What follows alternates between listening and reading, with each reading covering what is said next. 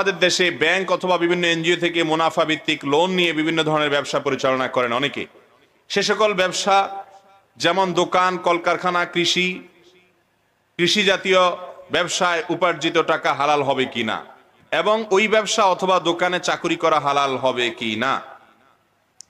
দেখুন, ব্যবসা করার জন্য বা কৃষি কাজ করার জন্য বা বিদেশ যাওয়ার জন্য বা যে কোনো কাজ করার জন্য লোন আপনি নিতে পারেন, কিন্তু সুদ ভিত্তিক লোন যদি নেন, এনজিও থেকে নেন আর যেখান থেকেই নেন, সেটাকে নবী করিম সাল্লাল্লাহু আলাইহি সাল্লাম বলেছেন ইজতানিবু আস-সাবআল মুবিকাত, 7টা এমন অপরাধ থেকে তোমরা বাঁচবা যেই মহাপাপ মানুষকে ধ্বংস করে। 7টা পাপ থেকে বাঁচবা যেটা মানুষকে ধ্বংস করে। তার মধ্যে থেকে একটা হলো এই সুদ। সুদের কারবারের সাথে যে জড়িত হয়, আল্লাহ রাব্বুল আলামিন তার বিরুদ্ধে যুদ্ধের ঘোষণা দিয়েছেন।